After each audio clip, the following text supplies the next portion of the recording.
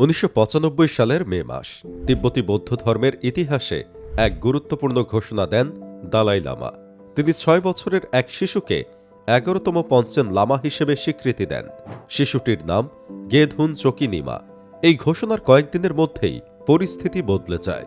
গেধুন ও তার পরিবার হঠাৎ করে উধাও হয়ে যান। চীনা কর্তৃপক্ষ শিশুটিকে নিজেদের হেফাজতে নেয়।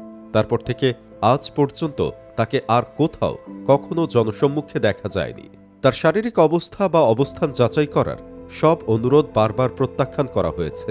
গেধুনকে শেষ দেখা গিয়েছিল ১৭ মে ১৯৯৫ সালে।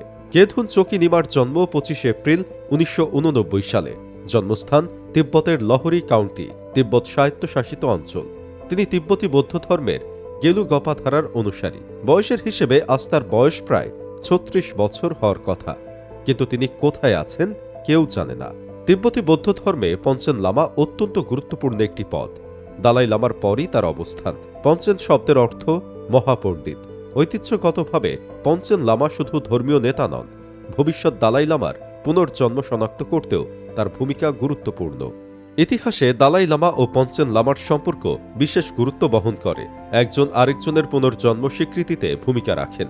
এই কারণেই এই পদ শুধু ধর্মীয় নয়, রাজনৈতিকভাবেও অত্যন্ত প্রভাবশালী।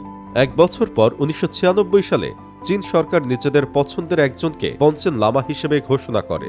তার নাম গাইনকেইন নোরবু। কিন্তু বহু তিব্বতী এবং আন্তর্জাতিক পর্যবেক্ষকের কাছে তিনি রাষ্ট্র নিযুক্ত প্রতিনিধি হিসেবেই বিবেচিত। তাদের মতে তিনি প্রকৃত পঞ্চেন লামা নন। চীনা সরকার দাবি করে গেধুন স্বাভাবিক জীবন যাপন করছেন এবং তিনি বিরক্ত হতে চান না। তবে এই দাবির পক্ষে কোনো স্বাধীন প্রমাণ কখনো উপস্থাপন করা হয়নি।